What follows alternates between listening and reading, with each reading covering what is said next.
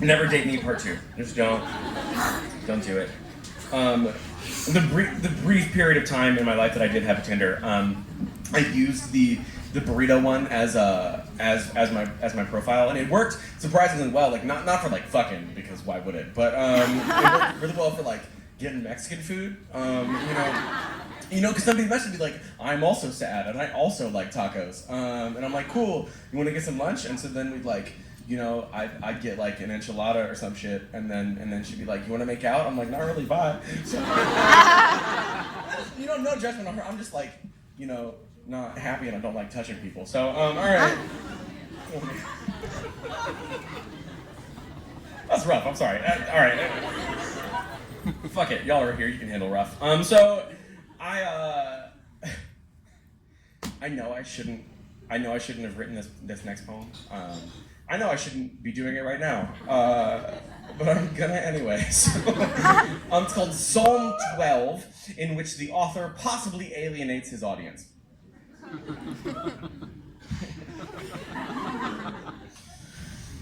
I can no longer hide the way I feel. Cats suck.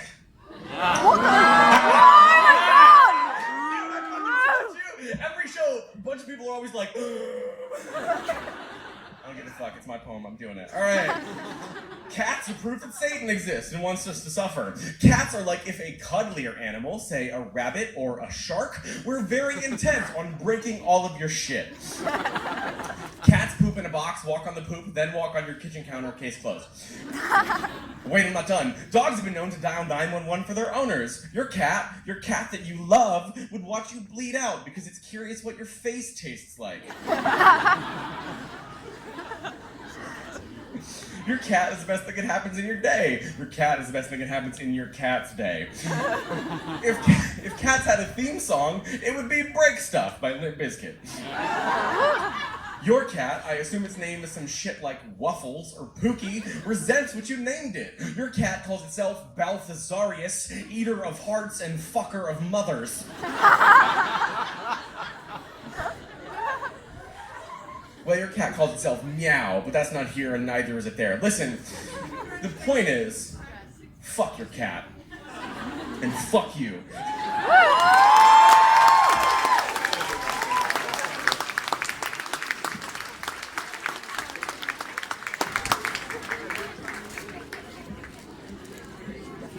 Lots of chatter. He's like, yeah, we're gonna leave now, right? Cool, shit. I'm such a fucking hypocrite, man. When I was in Edinburgh, I went to a cat cafe. I mean, nothing wrong with I was there, with a couple of friends, and they were having a great time, but I was like, I'm too punk rock to like this. And then, I was just, sitting there, just, being all surly, and then this cat came over and just, laid in my lap, and was just like, hey, what's up? And I'm like, oh, this is fine, okay, I like this. So I shouldn't keep doing that poem, but I do, because I'm a fucking sellout. All right.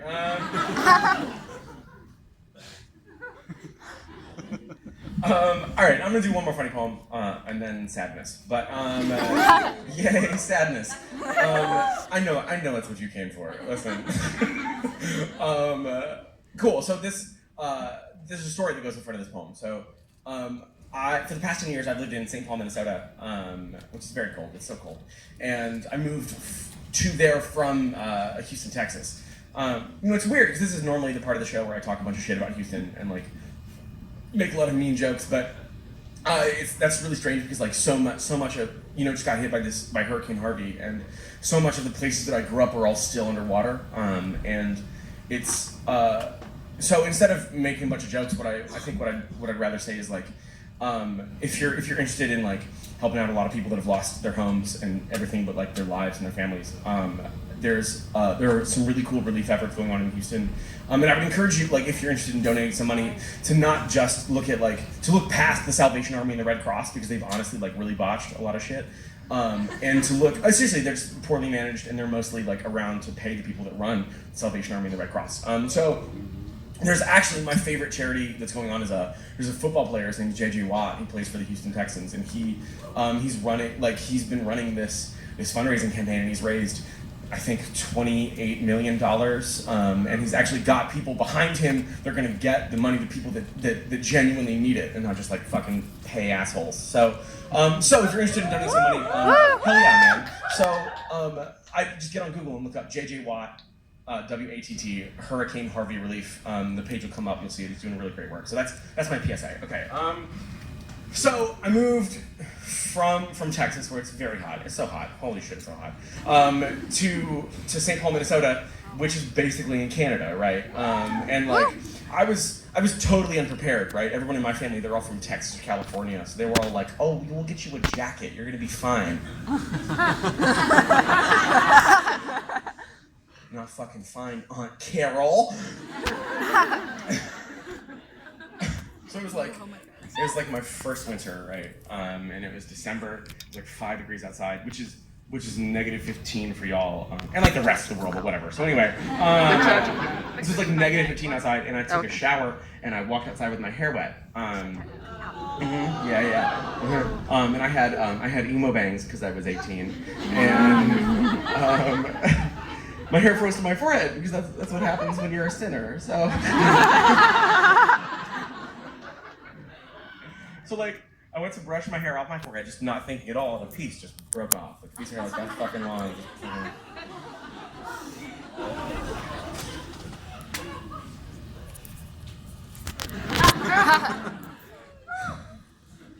Like I was late to class, like people were walking by me. I was like, "Did you see this shit?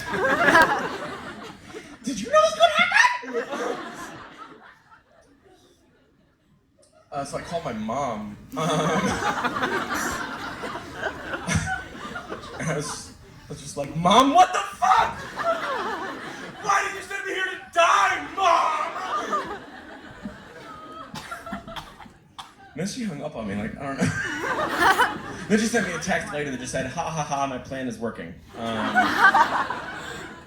I'm kidding, my mom doesn't know how to love me, so.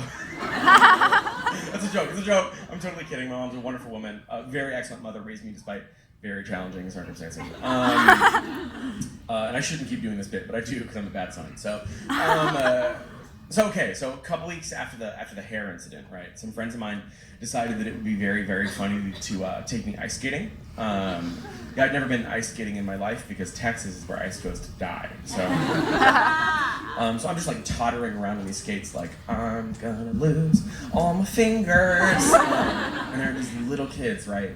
They're all like 7 or 8 years old, and they're all wearing hockey jerseys, and they're all just like whipping around this ice skating rink, like playing tag and shouting and like generally being cooler than everyone else. And I was really mad at them, so I wrote them a poem. It's called Unsolicited Advice to Minnesota Children. Yes. Listen here, you little shits.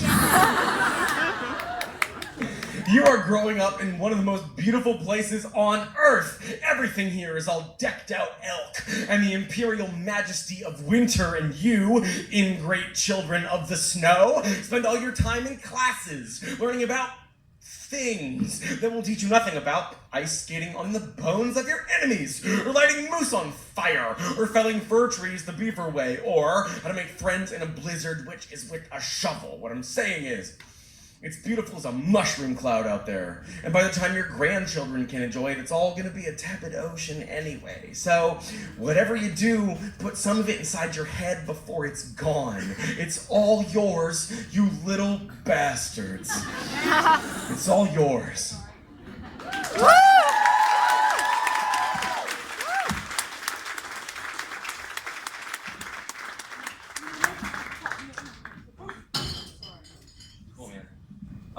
I love that my job is such that I get to start a poem about climate change with the phrase, "Listen here, you little shits." Yes! Yeah.